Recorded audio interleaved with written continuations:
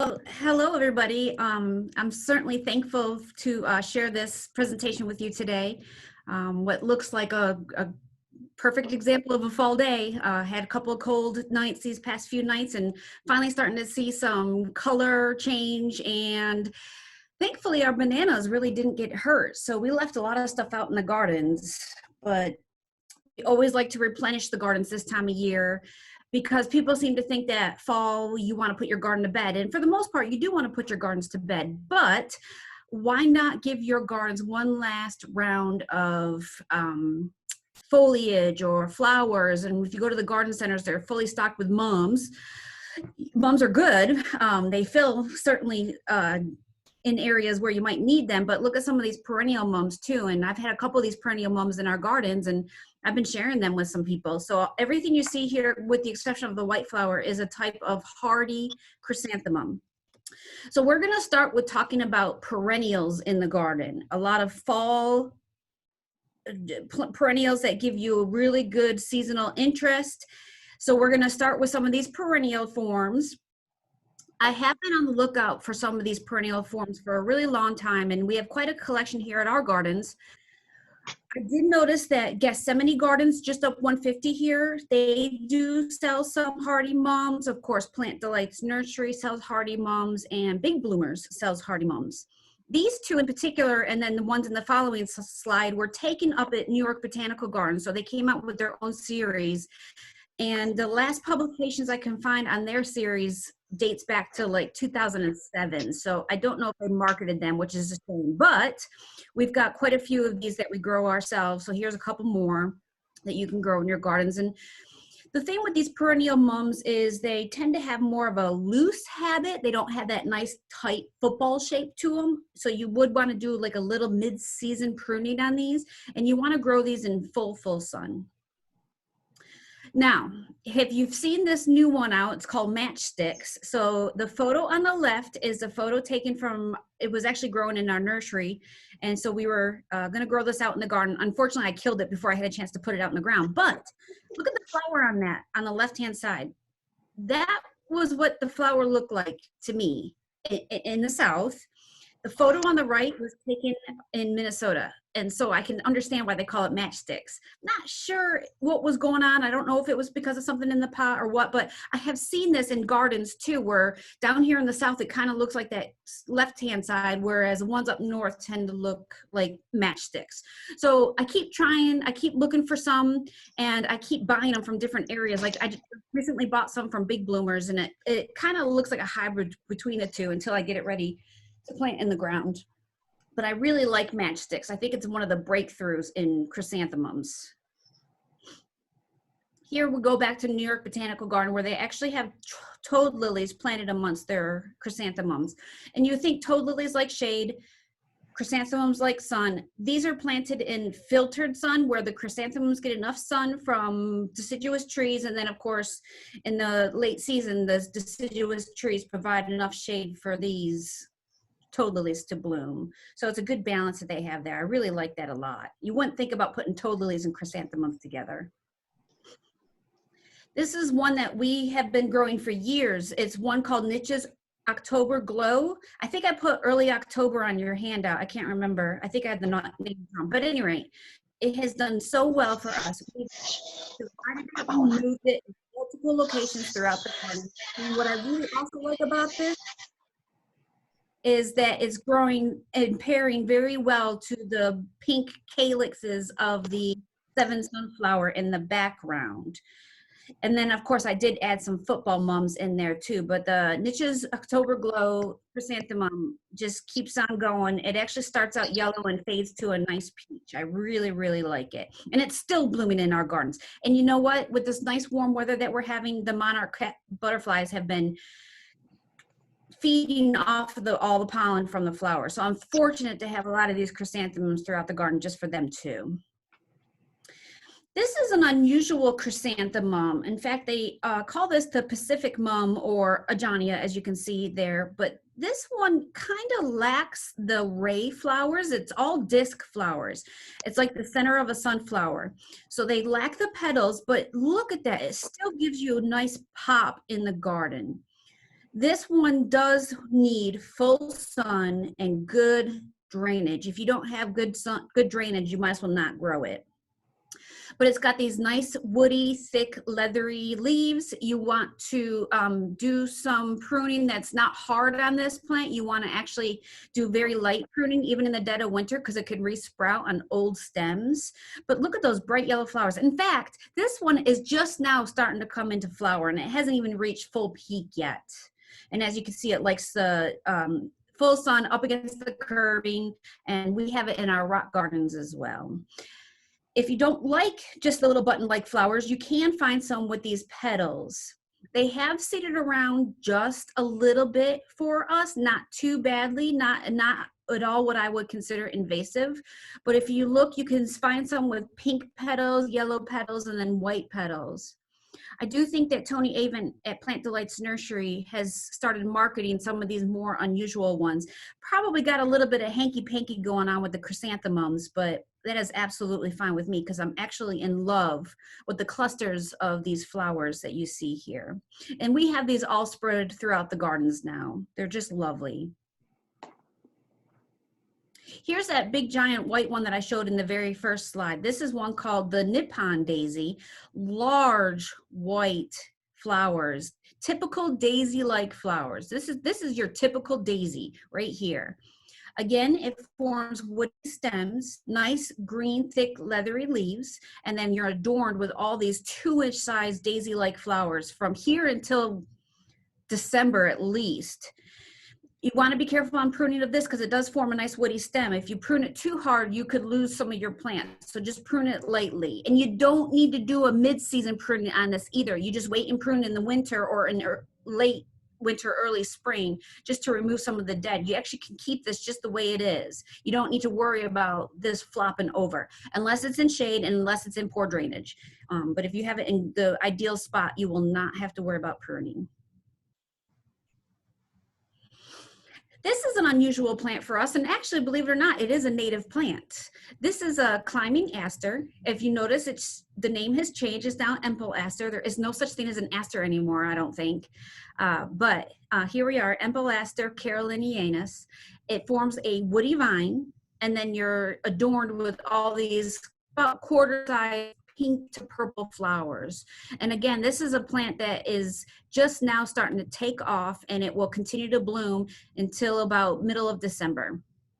This is another one where you don't want to prune too hard. You just want to kind of prune lightly. In fact, we go in, after it blooms, we go in and we prune it about waist high every year. And it's growing out in our perennial border out front by the road, and people just love it. Here it is in its fall glory. As you can see, that photo on the left is taken when it's really cold. Everything else is starting to change in the border, and the flowers there are still going strong. And here it is in the middle of the summer, late summer, up against that brick wall on the other side of the perennial border there. Oops. So Japanese anemones have really gotten a bad rap over the years, and they're extremely invasive, and they run, and they do tend to take over, and a lot of people don't like, they think they're garden thugs. I think they're gorgeous. Ranunculus is a very large group of plants, but this particular one, Japanese anemone, will bloom in the fall. They've actually quit flowering for us now, so they actually start more like in September, and they continue on until about frost time. But what I love about these new series, the Pretty Lady series or the Fantasy series, is how well maintained they are in the garden. We actually are currently growing the Diana in our gardens. I haven't really splurged and gotten the other 3 just yet, but there's a whole series of them. Diana has taken up probably about a 3-foot space, and that's about it. It gets about knee high. It was actually our plant of the month. Here at the Ciener Botanical Gardens, we do a plant of the month, and members who renew their membership or sign up automatically put their names in a drawing, and every month we'll draw a name, and this is what they get. They get a free division, plant, seedling, whichever of one of our plants of the month. So anemone, Pretty Lady Diana was recently selected, and so I think Shirley Peel, one of our members, was recipient of that plant. She's very happy because it does stay maintained in her garden.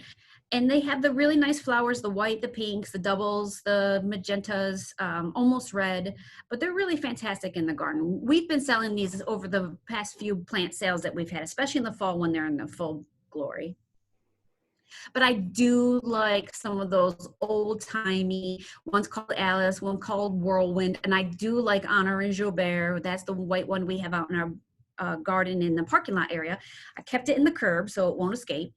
But some of these are just amazing. They are attractive to pollinators. They just kind of float in the wind. I mean, they're just really a pretty plant to have in the gardens. I really, truly like them.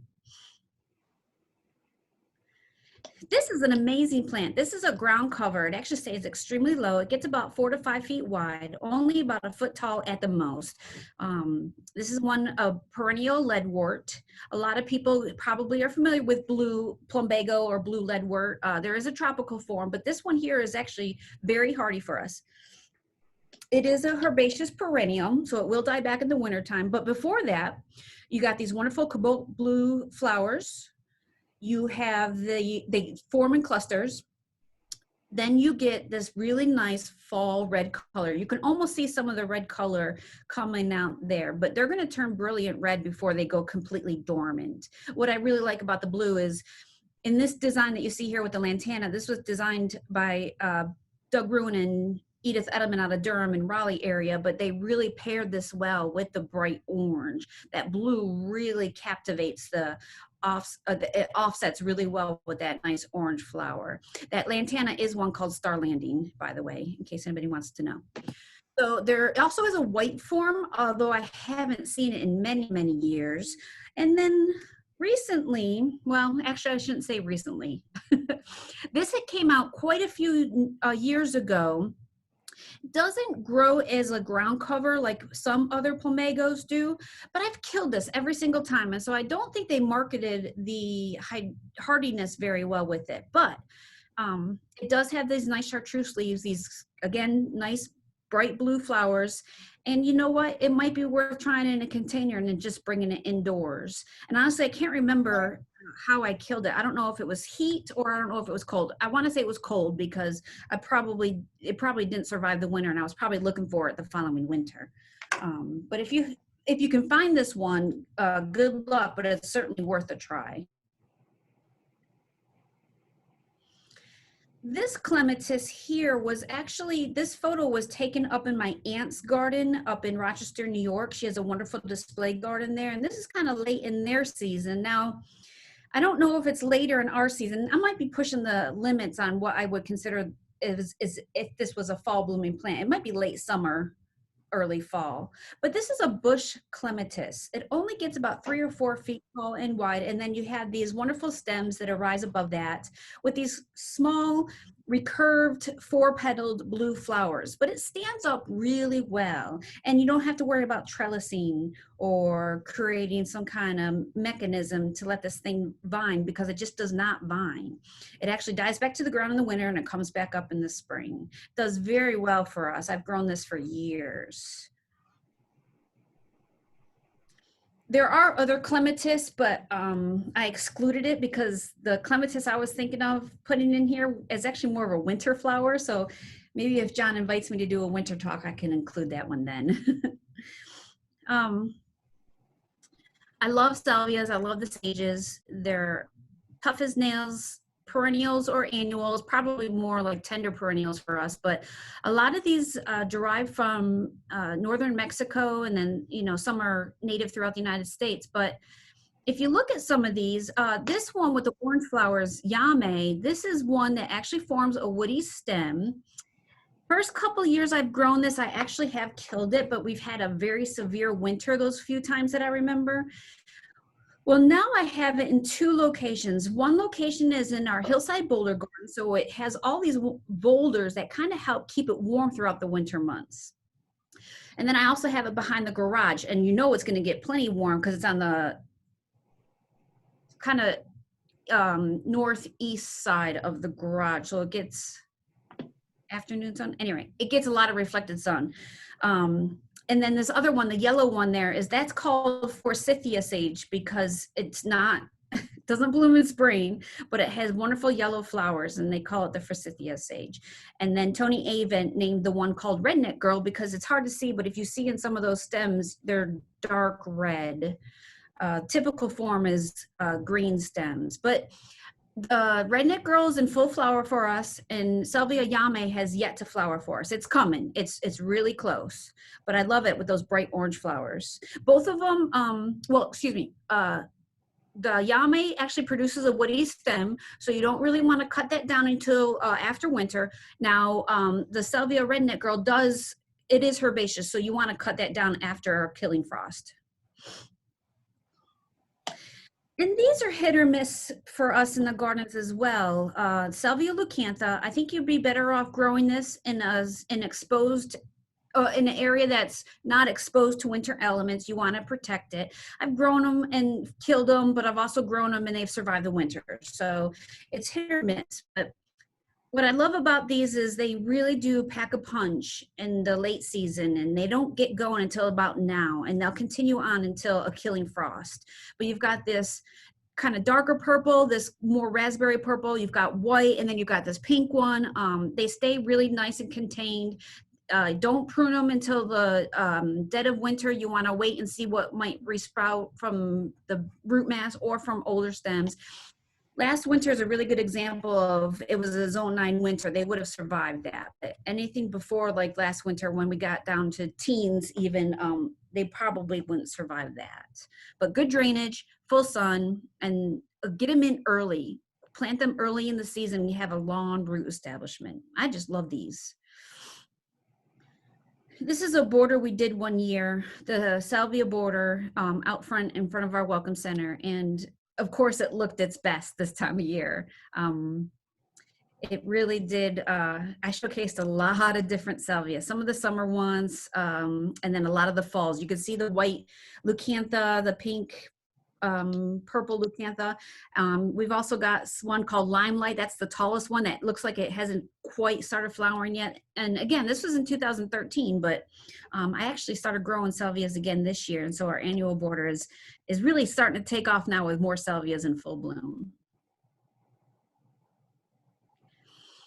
What I find interesting about goldenrod is many things.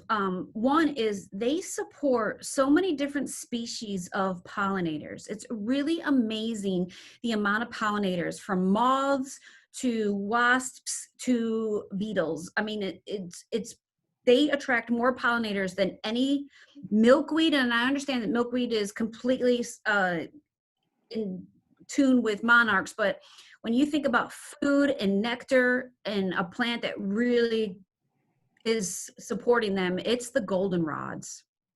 Some goldenrods do get a bad rap. You kind of see them in meadow areas, but look for some of these ones that are a little bit more manageable. Here's one called Fireworks.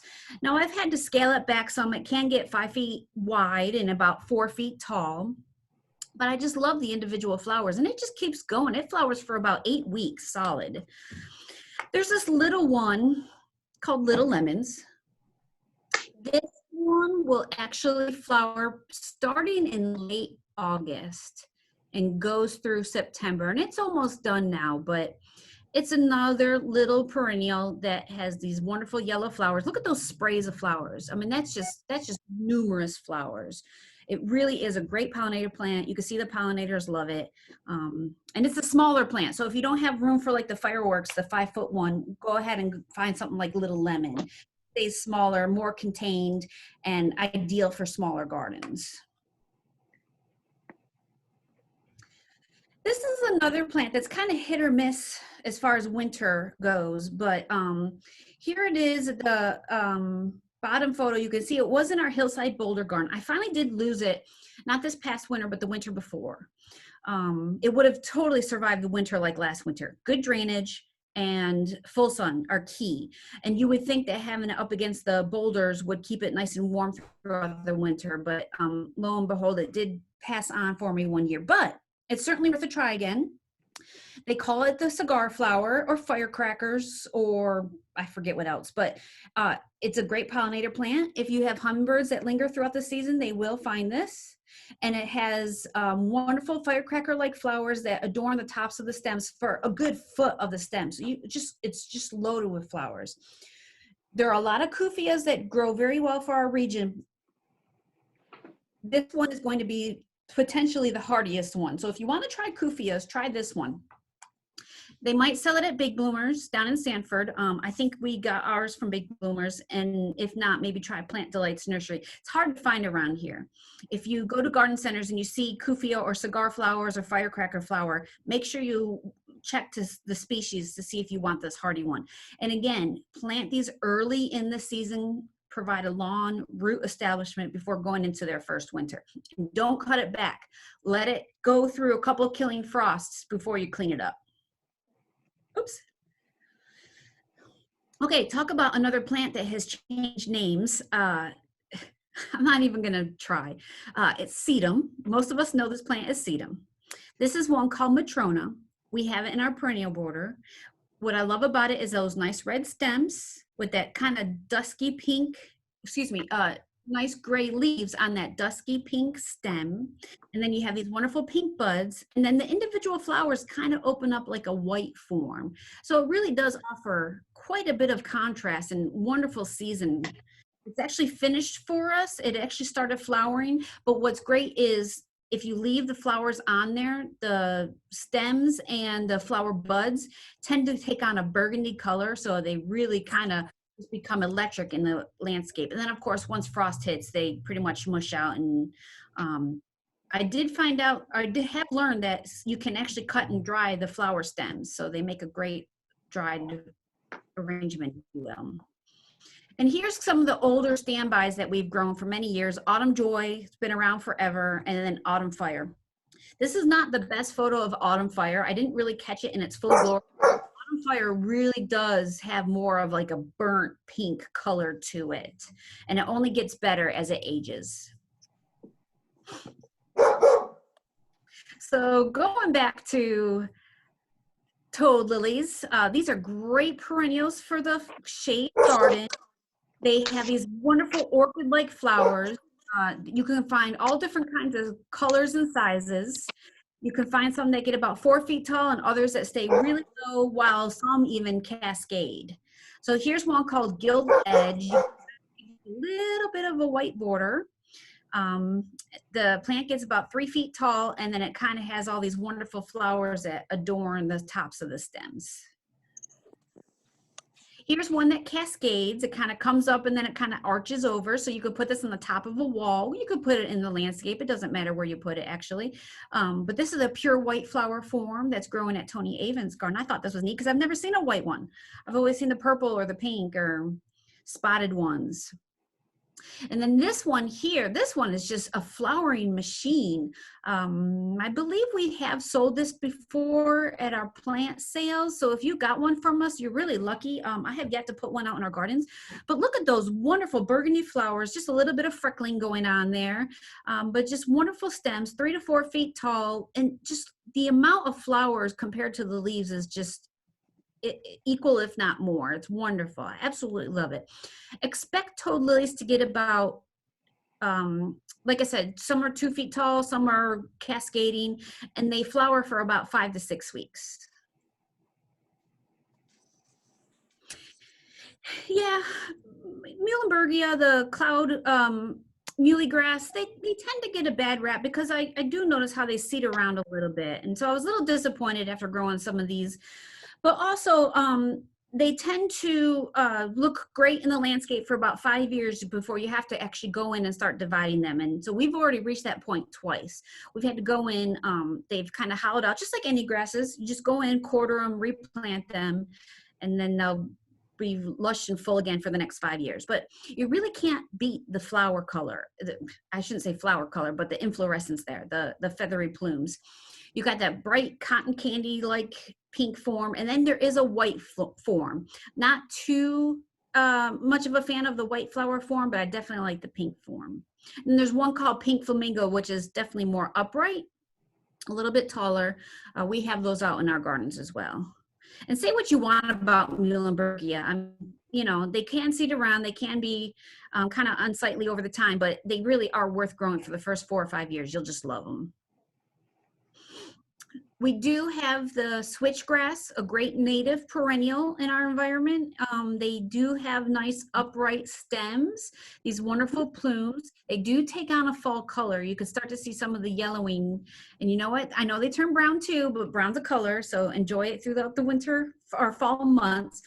I do like to leave some of these grasses through the winter because the wind blowing through makes it a really nice atmosphere. And they stay nice and upright. I really like these grasses. There's north wind, there's heavy metal. Heavy metal takes on a more of a blue tone. There's Dallas blues, which definitely is more blue. But these Panicum virgatum or switchgrasses are amazing in the landscape.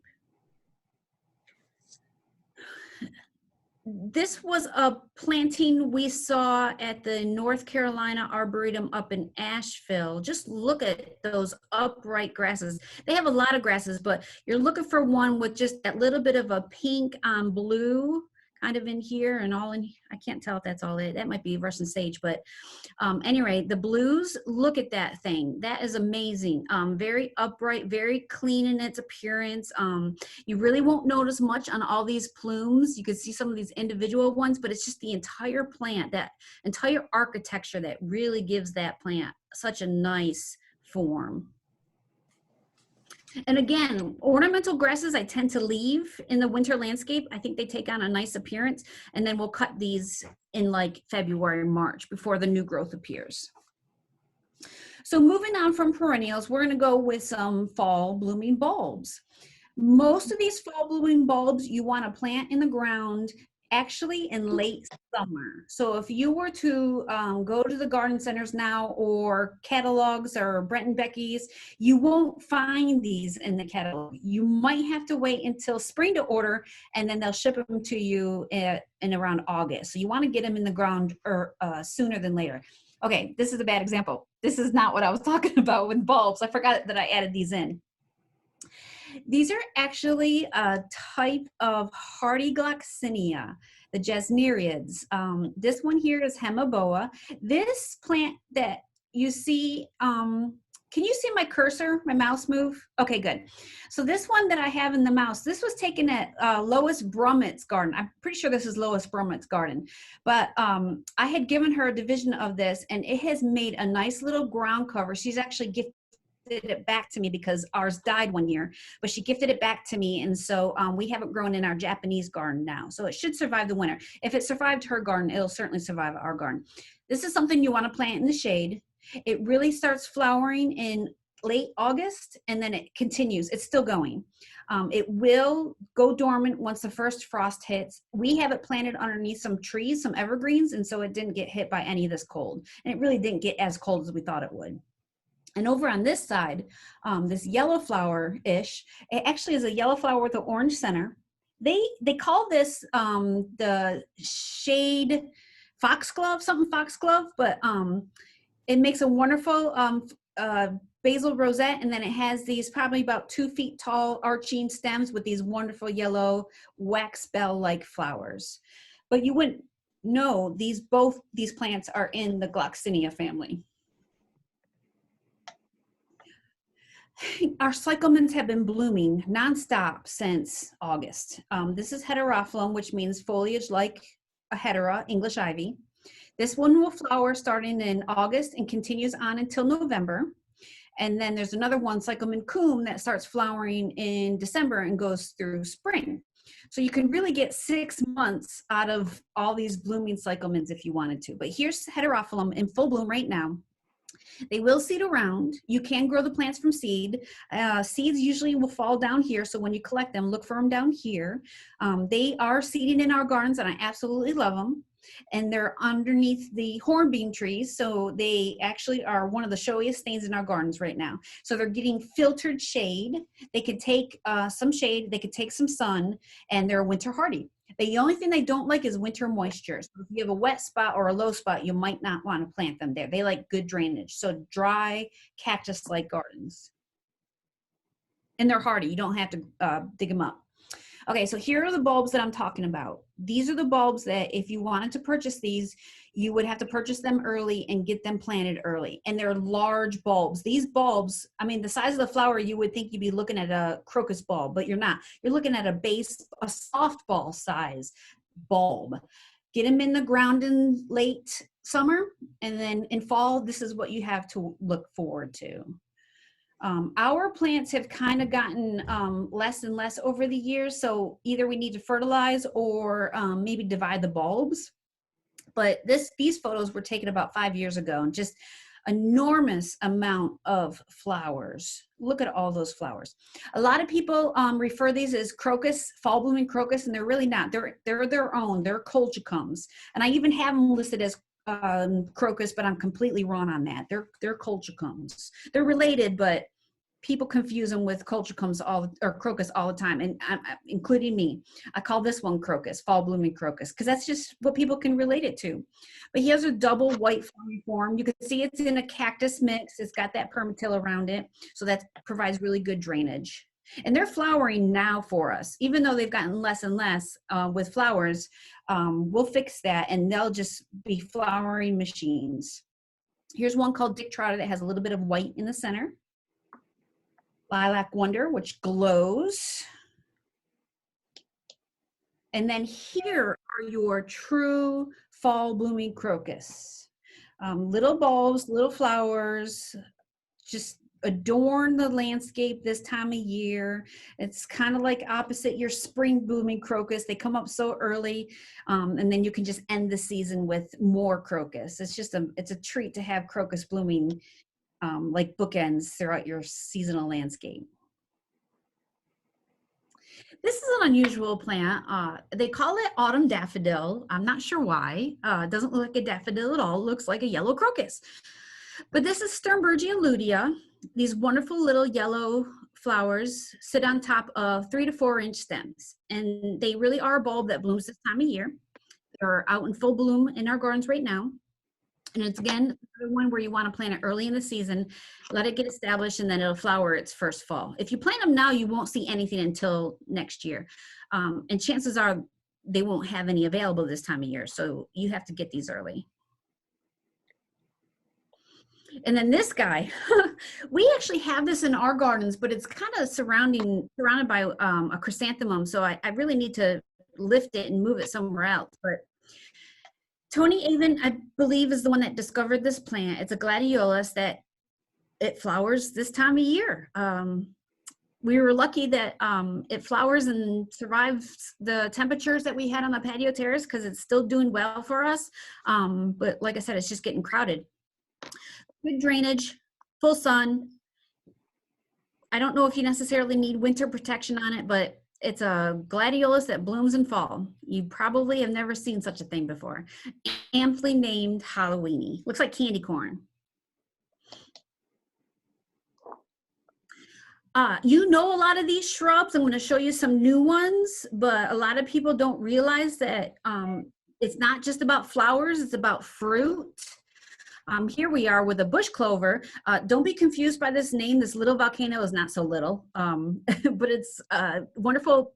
Bush clover has these wonderful arching stems topped with these purple flowers. I just like it because it's in full bloom right now. It takes up a lot of space. So look at these hydrangeas for their fall color. They give you wonderful summer flowers, and then this time of year those leaves take on a burgundy hue. I really like it with the brown stems of the flower you see in the background, but before they fall off, you got this one last burst of seasonal color before they go completely dormant. I absolutely love them. Father Gilla, I think it's a completely underused plant. It likes it wet, it likes it dry, it likes it sunny. It doesn't like too much shade. I would put it in more sun. But you have these wonderful sprays of white flowers in the summer, and then in the fall, look at that wonderful yellow, orange, and red leaf color. It's just an amazing plant. Some of them are native, so you can grow them just about anywhere. We have this hybrid viburnum that I absolutely love in our gardens. We actually planted some more because this is at the end of our parking lot and it's kind of hidden. Well, for one, it's hidden behind cars, but two, it's just way in the back of the landscape. So really don't want to move this big specimen. I want to leave it.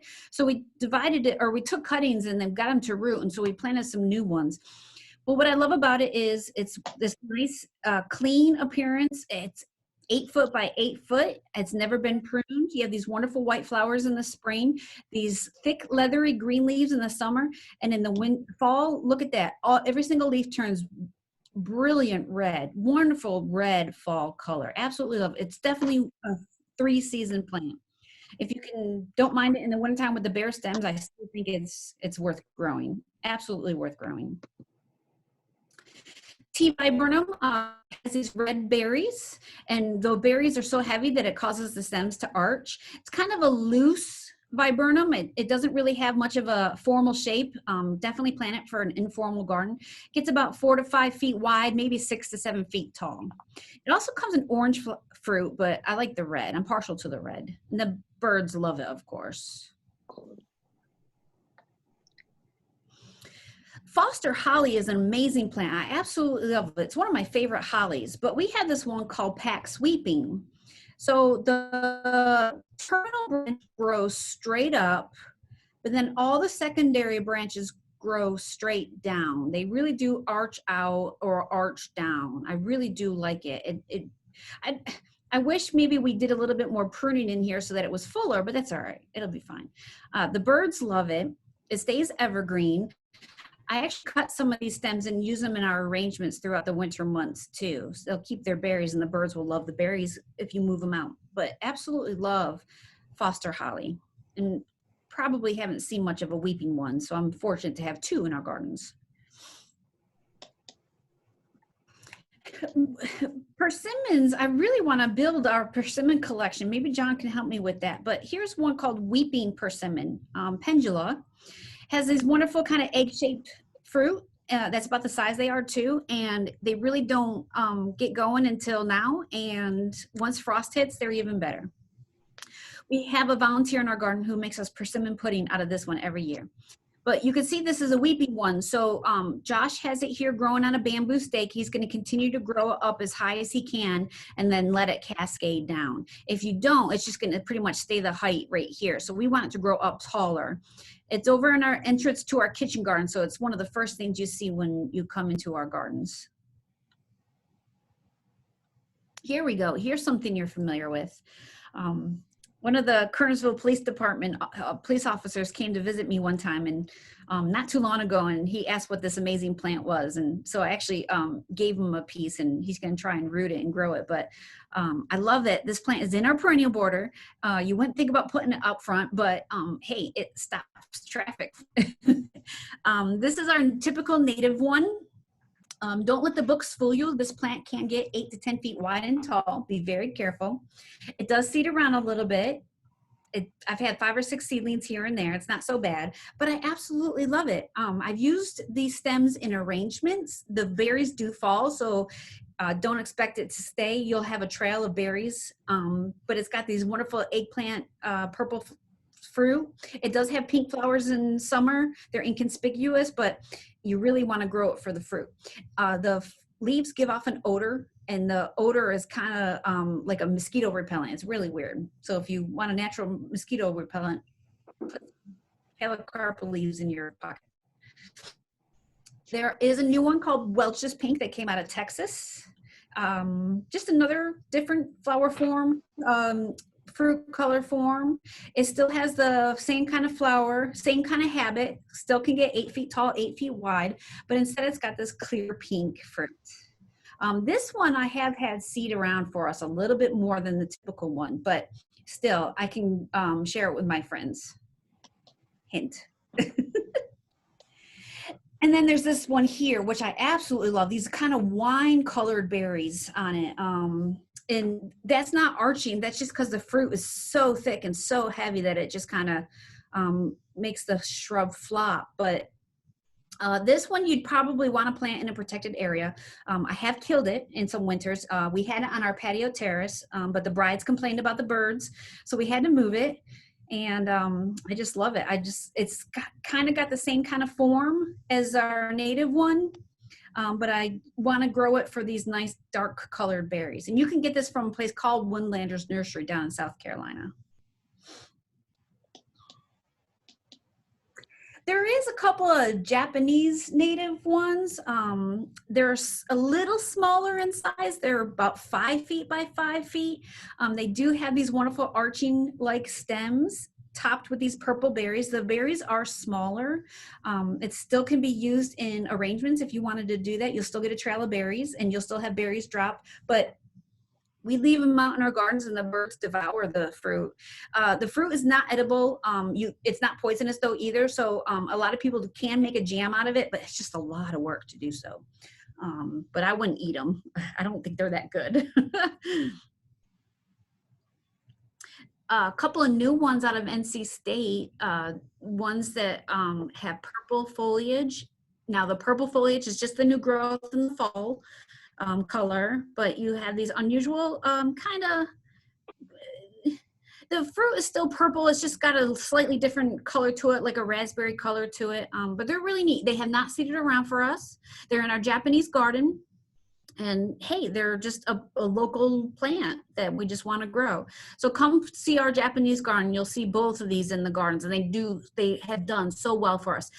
In fact, we planted these two not even 2 years ago, and they're already mature size. They're about 6 feet tall, 6 feet wide. Right now in our gardens, if you come and you smell something sweet, it's this osmanthus. Now, osmanthus fortunii and fragrance have already flowered. I'll get to those in a second, but these are flowering for us right now. This one called Headley Fastigiate. It's not quite fastigiate. It's kind of fat and upright. Josh actually started pruning some of these, and so he made them into an obelisk. But what I love about them is you got these wonderful, sweetly fragrant white flowers, and they're flowering now for us. We also have Heterophilus purpureus, which has purple foliage. They've kind of greened up now, but they'll start taking on a darker color here soon. And again, still in full flower right now. What I love about these tea olives, these fragrant tea olives, is the amount of flowers you get. The fragrance you get on them really just knocks you off your feet.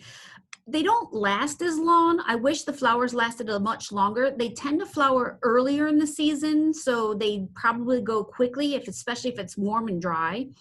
The Heterophilus last a lot longer, probably because they just flower when it's a lot cooler. But you can't beat this fragrant tea olive. I mean, who cares if it only blooms for like 10 days? It's 10 wonderful days. So you get this kind of off-white one. And then, of course, you have this Aurantiacus, which anytime we get an opportunity to share this with our friends, we always do. I have one of these planted up against the road over here on the side driveway. And so the neighbors walk up the street and they constantly beg me for this plant. So we have been selling it over the few years. Just amazing, amazing fragrance on this one. Whoa, that was quick. We're nearing the end, but I wanted to show off this Ginkgo biloba. It's funny because ours really haven't changed color just yet. I would have thought they'd change by now, but it's okay. I wish they all had color at the same time of year, because I would love to see all this yellow, but that's okay. Look at this wonderful arching windows that we've created. So to have this shape with that nice fall color is just magnificent. I think we did a really good job with that. Todd Lassane started that and we finished it. But also I wanted to show off some of these Japanese maples. Here's this one's called coral bark maple. So not only does it have wonderful orange fall color, but the stems even turn like a brilliant coral color, especially in the winter. And then there's this one here, Shirasawa maple. It's a Japanese maple, but it's got a nice wider appearance to it, and I really like that. Of course, that's just an oak in the background. You can see these nice silhouettes of the sweet gums, the taxodium here, but the ginkgos is really what I wanted to show off. You probably all have seen the video or a photo of all the ginkgo leaves falling and just creating a nice blanket of yellow. So it's I love ginkgo bilobus just because of the fall color. So just to close out, I just want to show you some things that not only are we doing, but the inspiration that I get. So if you haven't followed Proven Winners on social media, I recommend you do so. A lot of these next few things came from Proven Winners, so they really like to show off foliage, especially now. So the heucheras, we have planted numerous heucheras throughout our gardens. That obsidian, the black one right here, is amazing. But look at some of these here. You got caramel, you've got marvelous mazel, you got all these other ones. This is probably one called berry time or something like that. These are amazing plants. They survive the winter, they survive the summer. You can grow them in containers, you can grow them in the ground. They like full sun and good drainage. You have these wonderful spikes of little tiny bell-shaped flowers on 2-foot spikes, but who cares? You grow it primarily for the foliage. So we have these all in our containers throughout the gardens. You can find some of these last few ornamental grasses. This is called the Carex, I forget. I call it the dead sedge because it looks dead. You got this purple pennisetum here. Here's the fall color on what looks like switchgrass. More pennisetums. This looks like another fountain grass, but just wonderful ornamental values of these grasses. And just, you know, pop out some of these summer color and add some fall glory to these containers. I do it all the time. I've grown these Swiss chard, which the Swiss chard can give us 2 or 3 years in those containers if we wanted to. They'll grow and bolt and flower, but look at those stems. They pair well with the curly parsley, or they do well with pansies and jump ups. We like growing these purple leaf mustards and the cabbages here. This is up at Chanticleer Gardens. They do a lot with cool season color. Whoops. But look at these purple leaf mustards. The mustards have done so well throughout the winter months for us. So I like growing these as much as I can. This is just your typical red burgundy. This is one called Ms. America. It's got more cut foliage than the plain form. I always like drying hydrangeas, and whether it's the natural color or spray painted, I always put stems of hydrangeas. I like growing these little pumpkin gourds too. You should see our gardens. We have gourds out in the gardens. I have dried hydrangeas everywhere. Just gives you some cool things you can do in your own gardens. And you know, the hydrangeas, you got so many flowers, you don't even notice that I've cut the flower stems off. Lilies are really interesting. I actually like this look right here. Kind of looks like a candelabra. We've actually already done this. We've cut the stems down and we're letting them dry over in the side driveway. I'm gonna spray paint these different colors throughout the Christmas season. They'll kind of look like candles coming out of the containers. So I like that appearance. And then, you know, you can grow this in containers. You've probably seen this plant growing in, they sell them at the farmer's market, make really nice, lovely vases out of them. But they actually will stay nice and viable throughout the, once you dry them. So cut them after they frost hits, or as soon as frost is coming, hang them upside down, let them dry, and they'll stay looking like this till forever. Really unusual. Grant, Tom, Wake Forest will gladly look at you. Can they see you? Yeah. And then pumpkin on the stick is a type of eggplant, actually. We grew this a couple of years ago, and we dried them and we saved the seeds. We actually saved them. Yeah. What time? Here is our pavilion. This was taken a couple of years ago. Won't move it. So here we are. We added some mums. I took some of those dried stems of the pumpkins on a stick and just hung them upside down. Did corn stalks one year. This year I have the gourds. I do all these dried arrangements. We even save some of the peppers. You hang them upside down and they'll dry and preserve nicely. Here we are with the clematis, hydrangeas, lilies. Look at these lilies. Here we are with cotton, sorghum, just all kinds of things you can do that will keep these plants viable. There's no sense in throwing this stuff away if it's going to last forever. So consider doing a dried arrangement. And here's those hydrangeas. This is what our garden looks like right now with these pumpkins made out of pallets. And then I spray painted all these wonderful fall colors on these hydrangeas. This was our tree topper for last year's Christmas tree. We do an artificial tree every year. And so we always take elements from the garden to decorate the tree. Here's our dried basket of hydrangeas that actually we still have. We still have that dried basket. That basket is 3 years old and we still have those hydrangeas. And sunflowers, of course, we love them. The birds love them. We save the seeds for us. We save the seeds for them. We preserve them. We'll grow them again next year. Here's our gourds. This is what the pavilion looks like right now. So we have fall ribbon with the gourds hanging down. And we just dry them. We let them sit on the vine until cold winter sets in, give them till about December, and then we'll go ahead and pull them off the ground, off the vines. And then just a few other fall cool stuff I like to do, these bouquets with late season flowers. And I hope you guys don't think that I'm against football moms. I absolutely love them in the gardens. They just, they're not as hardy. You can try and grow them from year to year, but just that shape is just, you can't beat it. And I really like pairing it with all the kales and the Johnny jump ups. Well, that was all I have for you today. I'm happy to entertain any questions. Please come by and visit the gardens. They're still amazing. Like I said, the fall frost really hasn't hit us that hard. So there's still quite a bit to see out there. And of course, we're getting ready for our Christmas displays. So if you haven't seen our recycled plastic bottles turned into tulips, I highly recommend you come and visit. Thank you, Adrienne. As she was saying, their Christmas display is simply amazing. You know, I of course think highly of her for many reasons, but the creativity of what they've done with those plastic bottles for Christmas is just it'll be a nice bright light in some dark times right now. But you know, if anyone has any questions, just go ahead and unmute yourself if you want to.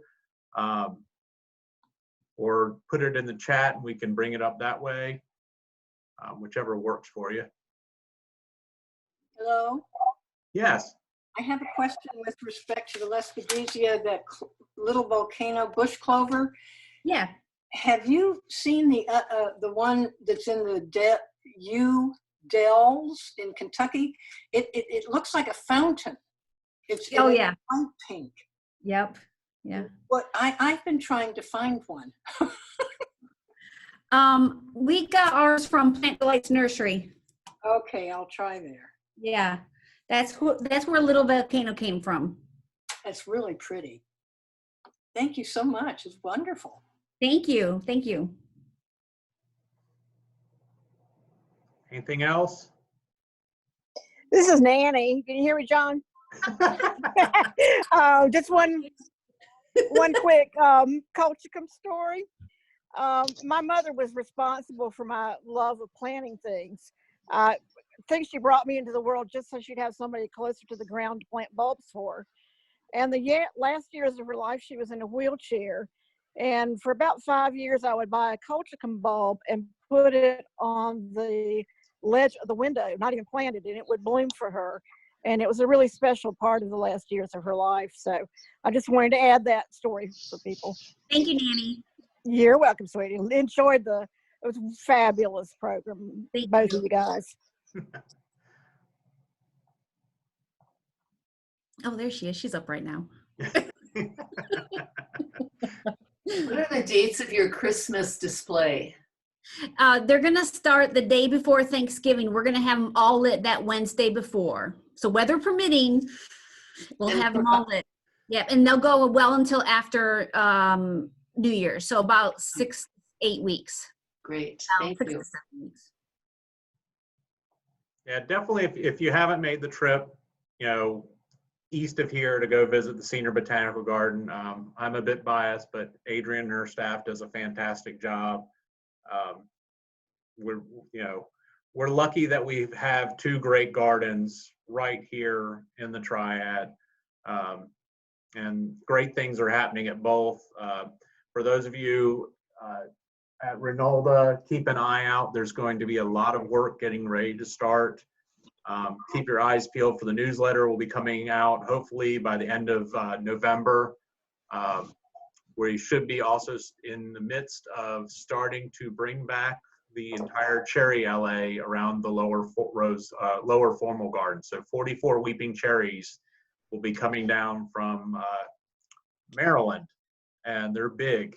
So, bear with us while the gardens might be a little disrupted while we've got a lot going on. But as we always say with being in the gardeners, we're always optimistic, and spring will definitely be something to look forward to at Renolda and at Ciener Botanical Garden. So we definitely thank you for participating, and we'll definitely see you in the garden.